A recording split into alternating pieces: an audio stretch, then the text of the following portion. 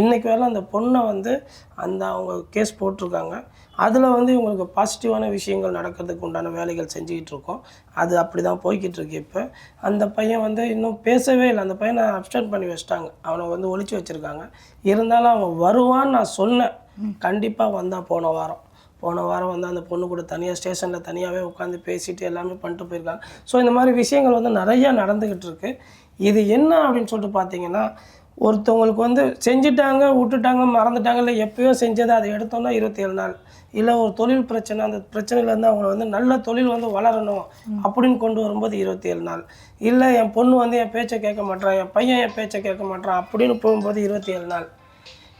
இப்படி எல்லாமே வந்து அந்த 27 நாளுக்குள்ளே முடிச்சிருவேன். சப்போஸ் உங்களுக்கு வந்து அடுத்தடுத்து அடி விழுந்துக்கிட்டே இருக்குது. நீங்கள் ஒரு பெரிய பிஸ்னஸ் மேனு, உங்களோட பிரச்சனை வந்து ஒரு தடவை முடிஞ்சிருச்சுன்னா பரவாயில்ல. இப்போ உங்களுக்கு நிறையா